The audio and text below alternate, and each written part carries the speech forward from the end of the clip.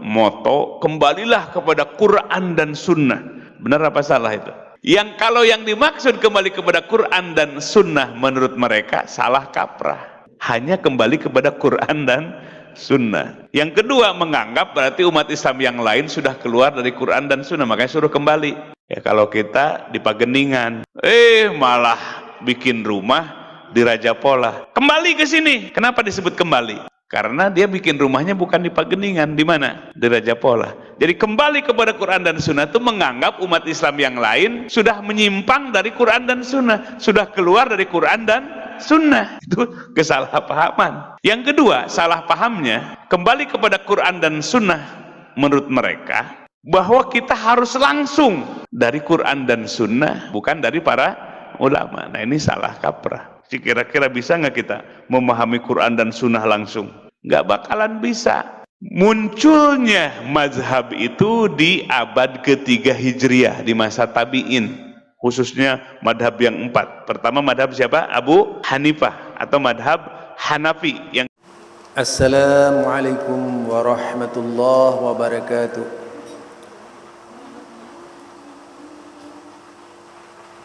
Alhamdulillahilladzi arsala rasulahu bil huda wa dinil haq liyudhhirahu 'ala ad-dini kullih wa kafa billahi shahida.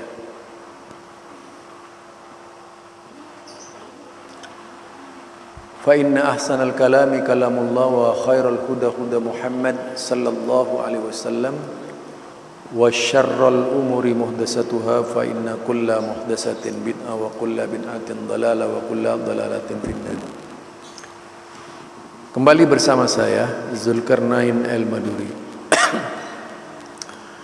Yang akan saya angkat berkaitan dengan pernyataan seorang kiai, mungkin orang Jawa Barat ya, kalau melihat itu Jawa Barat, dan sebagaimana menjadi mukaddimah dari uraian saya ini ketika berbicara tentang orang yang mengajak kembali kepada Quran.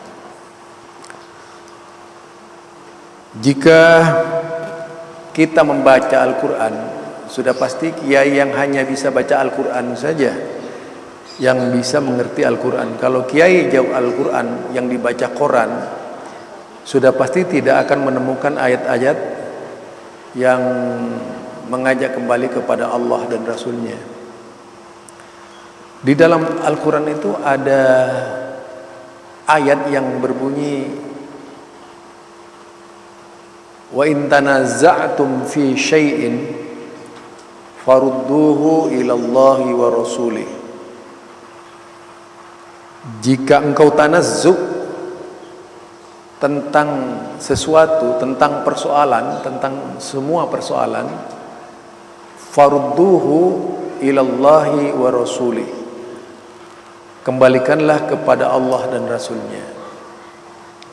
Kembali kepada Allah dan Rasulnya yang dimaksud adalah kembali kepada Al-Quran dan As-Sunnah. Jika yang dimaksud Allah dan Rasulnya, karena Allah yang memberikan wahyu kepada Nabi Muhammad sallallahu alaihi wasallam berupa firman-firman-Nya. Ketika Nabi Muhammad sallallahu alaihi wasallam, tidak ada perselisihan yang terjadi kepada mereka, melainkan diputuskan sesuai dengan Quran dan As-Sunnah. Itu di zaman Rasulullah. Ketika Rasulullah sallallahu alaihi wasallam wahyu sudah berhenti, Rasulullah meninggalkan warisan para sahabat, orang-orang yang mengikuti Rasulullah dengan cara yang baik, orang-orang yang berpegang teguh kepada kebiasaan Rasulullah sallallahu alaihi wasallam, diperintahkan untuk diikuti oleh Rasulullah sallallahu alaihi wasallam kepada umat-umat akhir, yaitu dari umat-umat setelah sahabat. Kalaupun kita kemudian membaca yaitu kutubul madahib, kitab-kitabnya kaum mazhab, di situ juga ada perintah untuk kembali kepada Allah dan Rasulnya, kembali kepada Al-Quran dan As-Sunnah. tidak semata-mata menjadikan madzhab sebagai tolak ukur di dalam beragama. Mungkin di situ berpikirnya seorang kiai.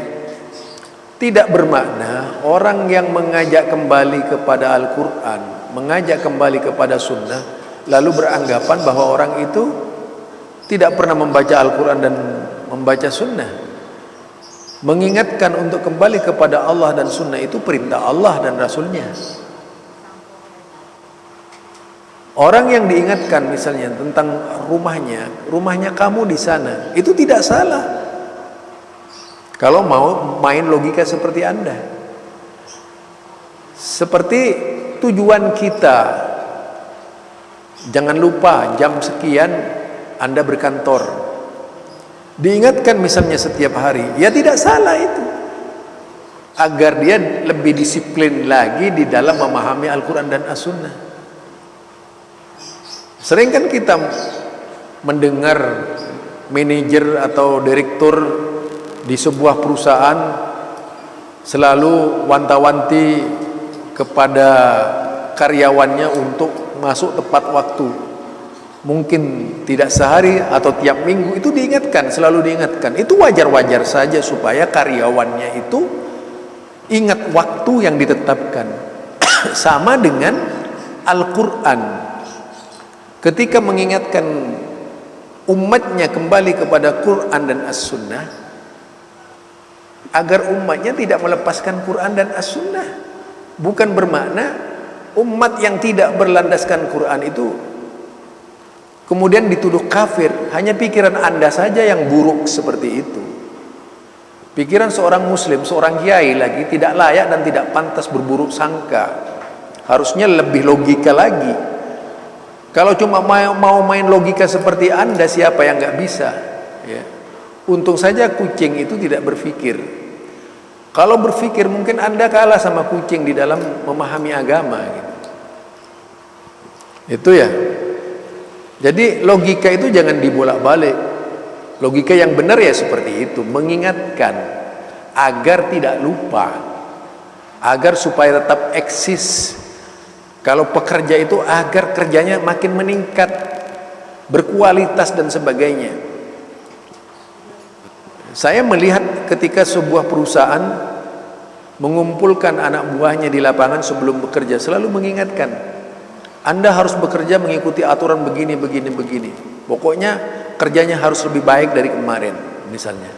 Itu wajar-wajar saja mengingatkan seperti itu. Apalagi Allah, apalagi Rasulnya mengingatkan kita supaya kembali kepada Al-Quran dan As-Sunnah, supaya kita makin lengket, makin mencintai Al-Quran dan As-Sunnah, bukan makin mencintai komik. Ini kan karena banyak bacaan di dalam bahasa Arab, yaitu karya-karya yang ditulis dengan bahasa Arab ini terlalu banyak. Kemudian kedudukannya disamakan dengan Quran. Itu yang keliru. Karena saking intimnya dengan kitab berbahasa Arab sampai meninggalkan Al-Quran dan beranggapan puisi-puisi sastra-sastra yang ditulis dengan bahasa Arab lebih indah dari Al-Quran. Akibatnya orang ini sudah menyepelekan Al-Quran. Saya pernah itu bertemu dengan salah seorang di grup, yaitu Majelis Nusantara. Saya melihat di grup Majelis Nusantara itu seorang muslim yang berpikir, ternyata Al-Quran lebih bagus perkataannya siapa namanya, Khalil Gibran misalnya, ketika menyusun puisi dalam bahasa Arab. Sampai sejauh itu orang Majelis Nusantara menilai Al-Quran. Indah seperti apa sih? Coba, akhirnya menyepelekan Al-Quran. Orang seperti ini orang yang ahli bahasa Arab, kayak seperti Kristen Prince saja ketika melecehkan Quran. Ini orang muslim. Itu di Majelis Nusantara itu. Jadi sekarang kalau Anda tidak suka dengan Al-Quran, kembali kepada Al-Quran maksudnya suruh kembali kepada perkataan Anda. Apa jaminan perkataan Anda itu benar gitu? Itu makin salah. Di zaman Nabi itu yang diikuti petunjuk Allah, petunjuk Rasulnya. Tidak kemudian ulama boleh mengulah perkataan Rasulullah sallallahu alaihi wasallam, tetapi tidak melampaui batas. yaitu tidak menembus batas-batas yang ditetapkan oleh Rasulullah sehingga keluar dari jalur yang diinginkan oleh Rasulullah karena merasa lebih cerdas dari Rasulullah. Agama itu berkaitan dengan akidah, agama itu berkaitan dengan ibadah. Ya sudah seharusnya hanya berpegangan teguh kepada Allah dan Rasulnya, bukan kepada perkataan-perkataan sebagaimana yang Anda lukiskan. Itu makin salah ya, makin salah. Barangkali itu untuk bisa menyadarkan Anda sebagai seorang muslim. Apalagi seorang kiai loh, malu-maluin kalau seorang kiai ini justru tidak tahu istilah kembali kepada Al-Quran. Berarti tidak pernah baca Al-Quran, tidak pernah baca tafsir, tidak pernah baca hadis Anda itu, yang menganjurkan pentingnya kembali kepada Quran dan As-Sunnah. Apakah ulama-ulama yang mengajak kembali kepada Al-Quran dan As-Sunnah itu semua salah? Pikiran Anda yang salah itu. Nah, kemudian siapa yang membangkang para ulama? Siapa? Tidak ada orang membangkang para ulama. Selama ulamanya benar ya kita ikuti. Al-Quran itu, ulama itu bukan Al-Quran, ulama itu bukan Sunnah. Tapi ulama yang berada di atas Quran dan Sunnah itu wajib diikuti, selama tidak menyelewengkan maksud-maksud ayat yang ada di dalam Al-Quran dan As-Sunnah. Semua orang itu mencintai ulama, dan ulama yang benar itu masuk kalimat innama yakhshallahu min ibadihil ulama. Jadi apa? Innama yakhshallaha min ibadihil ulama. Sesungguhnya yang takut kepada Allah itu dari hamba-hambanya adalah ulama. Itu ulama dalam definisi apa? Kan begitu kita. Tidak orang seperti Anda kemudian adalah orang yang paling takut kepada ulama, kepada Allah. Belum tentu orang seperti Anda itu takut kepada Allah. Diajak kembali kepada Al-Quran dan Sunnah saja Anda sakit hati. Itu imam-imam semuanya ngajak kembali kepada Al-Quran. Kalau ada perkataanku misalnya yang berbeda dengan Al-Quran, yang berbeda dengan Sunnah, maka peganglah yang datang dari Al-Quran dan As-Sunnah. Itu perkataan imam. Hadis itu menjadi sah diikuti kalau terdiri dari hadis-hadis yang sahih. Jadi mazhab itu, pendapatku itu bisa diikuti kalau terbukti argumen yang saya gunakan adalah sahih. Itu perkataan imam-imam mazhab. Banyak sekali perkataan imam mazhab yang memerintahkan kita, menganjurkan kita untuk senantiasa berpegang teguh kepada Al-Quran dan As-Sunnah. Tidaklah kemudian orang yang mengikuti Al-Quran dan As-Sunnah dianggap salah dan perkataan Anda dianggap benar. Lalu buat apa Allah menurunkan Al-Quran? Apakah orang seperti kita tidak boleh berbicara Al-Quran? Yang bisa cuma orang seperti Anda? Salah itu, makin salah. Itulah menyebabkan kekafiran orang-orang yang meninggalkan Al-Quran. Karena apa? Melecehkan Al-Quran secara tidak langsung, seolah-olah kalau berpegang teguh kepada Al-Quran tanpa ulama salah. Ini apa ya? Berlebihan di dalam berpendapat. Artinya nelongso cara berpikir Anda itu gitu. Sebagaimana hadis misalnya, taraktu fikum amroini in tamasaktum bihima lan tadillu abada, kitab Allah wa sunnatur rasul. Aku tinggalkan dua warisan, selagi engkau berpegang teguh kepada keduanya, lan tadillu abada, tidak akan sesat selamanya, yaitu kitab Allah dan sunnah rasulnya. Nah, ini berlaku sampai akhir zaman, bukan hanya berlaku di zaman sahabat. Karena itu hadis ucapan Nabi yang menuntut kita kembali kepada Allah. Al-Quran itu tidak berlaku surut hanya pada generasi pertama. Al-Quran itu berlaku sampai akan datang hari kiamat. Ulama boleh, tidak ada yang melarang ulama menafsirkan Al-Quran selagi tafsirnya itu benar-benar tafsir. Dan saya kira kalau seorang mufassir itu akan lebih mengerti. Tapi kalau cuma tukang omong, jualan obat di konten, dengan menyalahkan orang yang kembali kepada Al-Quran, itu tidak jelas berarti ilmunya gitu. Tidak jelas ilmunya. Langsung seluruh ulama mufassir itu, kalau tidak ada Al-Quran dan As-Sunnah, apa yang mau dijadikan tafsir gitu. Mereka kemudian mencocokkan dengan yaitu asar-asar sahabat, pendapat-pendapat, semuanya itu dikembalikan kepada Al-Quran. Kok dikonfirmasi dengan menggunakan Quran? Fa'aridu ala kitabillah, yaitu benar-benar diselaraskan dulu apakah sesuai dengan kitab Allah wa sunnati Rasulillah dan sunnah Rasulnya. Kalau tidak, ya tidak perlu dipakai lah pendapat siapapun, termasuk pendapat Anda itu perlu dibuang jauh-jauh itu.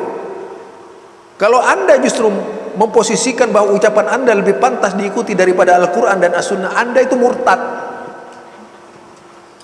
Itu salah besar Anda itu. Jadi itu ya, jika kita mau berbicara agama, itu yang pertama. Jadi perintah kembali kepada Allah, perintah kembali kepada Rasulnya, itu memang menjadi pegangan utama sahabat-sahabat Nabi dahulu kala. Pegangan utama kalangan madhab. Coba mazhab. Itu mazhab sudah generasi keberapa dari Rasulullah? Zaman Rasul, zaman sahabat, zaman tabi'in, baru muncul Imam Abu Hanifah, baru muncul Imam Ahmad yang jaraknya berbeda-beda. Tapi semua mereka pakai hadis. Lah mengapa kemudian kita disuruh tunduk patuh kepada Abu Hanifah, Imam Malik, Imam Syafi'i? Imamnya siapa? Mereka itu manusia biasa, tidak sederajat dengan Nabi. Kita boleh mengikuti pendapat-pendapat mereka selama tidak salah. Mengikuti pendapatnya Imam Ahmad tidak apa. Tapi kalau kemudian terbukti salah secara ilmiah, enggak perlu diikuti gitu. Itulah sebabnya juga di dalam kitab Imam Syafi'i sampai ada kaul jadid dan kaul qadim. Dari hasil penelusuran, penelitian, dalil-dalil, terjadilah perubahan fatwa Imam Syafi'i tentang sebuah pendapat itu. Itu satu contoh, saudara. Jadi bagaimana mungkin Anda itu bisa berpikir waras jika tidak memiliki pengetahuan yang lengkap tentang agama? Pantas kalau kita itu perintahkan kepada umat Islam, kembali saja kepada Al-Quran dan As-Sunnah. Ya, pakailah manhajnya para ulama itu. Bagaimana ulama-ulama yang ada di dalam memahami Al-Quran dan As-Sunnah, ada manhajnya kan, ada metodenya. Ikuti manhajnya, bukan mazhabnya.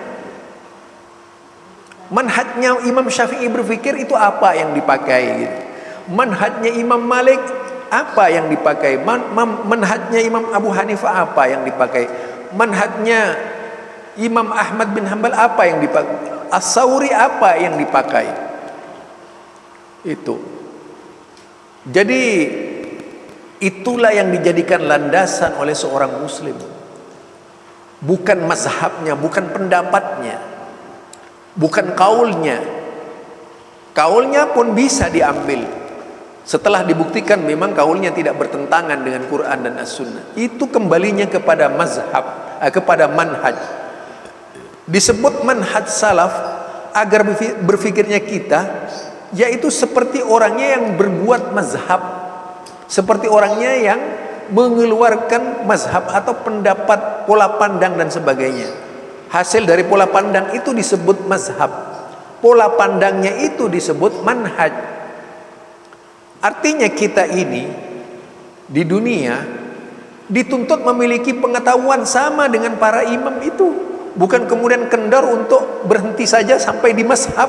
Itu yang keliru cara berpikir Anda. Tidak mendorong orang maju, tidak mendorong orang istilahnya berkemajuan, tapi justru mendorong orang keluar dari kebenaran yang sesungguhnya. Wong kelak di akhirat tidak akan ditanya mazhab, tapi yang ditanya bagaimana dengan kitab ini, bagaimana dengan nabi ini.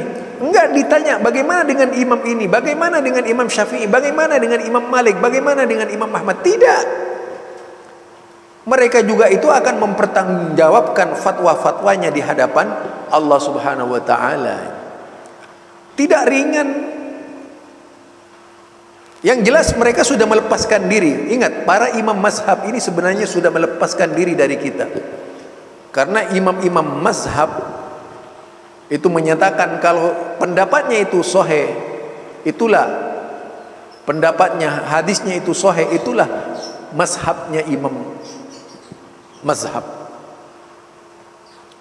Pendapatnya yang berselisih dengan Al-Quran dan Sunnah sudah diperintahkan untuk ditinggal oleh imam-imam mazhab. Tapi kalau Anda memaksakan diri ikut mazhab, kemudian ternyata pendapatnya mazhab itu salah, jadi bukan imam mazhab itu lagi yang dihukum oleh Allah Subhanahu wa ta'ala, karena imam mazhab sudah berlepas diri dari anda semuanya.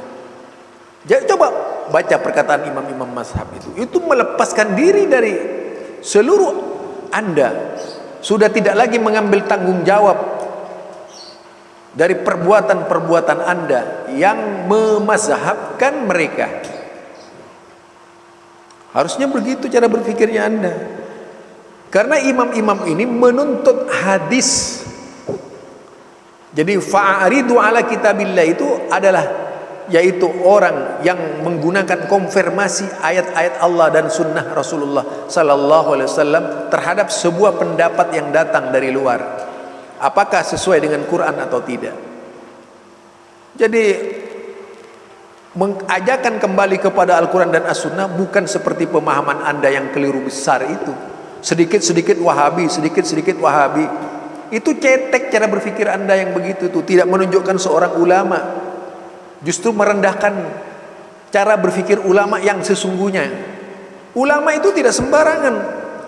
Kalau kita melihat ulama, orang mau memposisikan ulama itu dalam kategori Ibrahim An-Nakha'i itu disebutkan yang pertama, seorang ulama itu adalah orang yang sangat dekat kepada Allah Subhanahu wa ta'ala. Mereka adalah seorang abid yang soleh, abid yang soleh. Kemudian mereka adalah seorang yang berilmu agama. Mereka adalah yang sangat menguasai bahasa Arab dari segala bidang bahasa Arab. Itu ulama gitu. Tidak sekedar pakai surban, sarung, haji dan sebagainya lalu menyatakan diri saya ulama. Ulama itu berat. Dia paling tidak harus hafal 1000 hadis. Dia hafal Al-Quran, mengerti semua bahasa Arab dari berbagai bentuk bahasa Arab, sehingga tidak ada tercecer sedikit pun, baru bisa disebut ulama gitu. Jadi kalau cuma tahu taklim muta'allim saja tidak cukup untuk dikatakan sebagai ulama itu. Barangkali itu ya. Jadi kalau ingin tahu siapa ulama, baca tadi itu perkataan ulama-ulama besar. Bagaimana jalannya ulama-ulama? Silakan periksa semua mufassir yang ada. Siapa mereka itu? Itu yang benar-benar ulama. Bahasa Al-Quran dari berbagai macam bahasa dia kuasai gitu. Menguasai dia dari berbagai macam bahasa Arab. Bahasa Arab itu kan banyak ragamnya. Itu dia kuasai banget gitu. Tidak serta-merta menafsirkan Al-Quran mereka. Dia menguasai asar para sahabat, menguasai para sahabat, asar para sahabat, menguasai ucapan-ucapan para imam-imam. Tidak kemudian mengeluarkan tafsir. Jika kemudian terjadi perselisihan antar mufassir misalnya, bagaimana seorang ulama itu bijak ketika menarik kesimpulan dari tafsir yang berbeda-beda, bukan kebencian. Jadi baru disebut ulama ini, baru tahu kitab Fathul Qorib ya, baru tahu kitab Taklim Muta'alim sudah disebut ulama. Kan gawat akhirnya itu. Sehingga ketika memberikan fatwa yang seharusnya benar-benar mencerminkan ulama, lah malah cari tengkar di udara dan sebagainya gitu. Jadi itu barangkali dari saya ya, Zulkarnain El-Maduri. Subhanakallahumma wa bihamdika asyhadu an la ilaha illa anta astaghfiruka wa atubu ilaik. Assalamualaikum warahmatullahi wabarakatuh.